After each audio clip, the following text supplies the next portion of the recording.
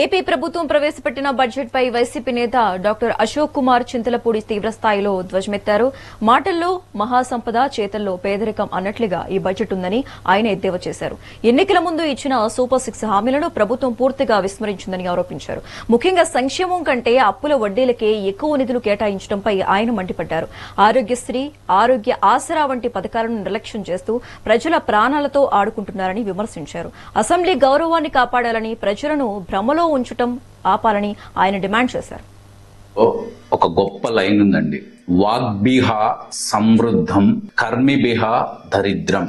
అంటే మాటల్లోనేమో మహాసంపద, చేతుల్లో మాత్రం పేదరికం. ఎందుకు ఈ వర్డ్ చెప్తున్నాను అంటే, నిన్న ఆంధ్రప్రదేశ్ అసెంబ్లీలో ప్రవేశపెట్టినటువంటి ఆంధ్రప్రదేశ్ రాష్ట్ర బడ్జెట్ కూటమి ప్రభుత్వం జనరంజకంగా ఉంది అనే ఒక అపోహ కల్పించడానికే ఆ బడ్జెట్ ని ప్రవేశపెట్టిందండి. ఎందుకు చెప్తున్నానంటే, అత్యంత ప్రతిష్టాత్మకంగా తీసుకోవాల్సినటువంటి వైద్య రంగం, విద్యా రంగాన్ని చాలా అశ్రద్ధ చేశారు. ముఖ్యంగా ఏవైతే మెడికల్ కాలేజీలని ప్రైవేట్ పరం చేయాలని చూశారో వాటికి ఎవరూ రాకలేనప్పుడు ప్రభుత్వ పరంగా వాటిని ఎలా ముందుకు తీసుకెళ్లాలి అనే ఆలోచనే ఆ బడ్జెట్ లో లేనందుకు చాలా చింతిస్తున్నానండి.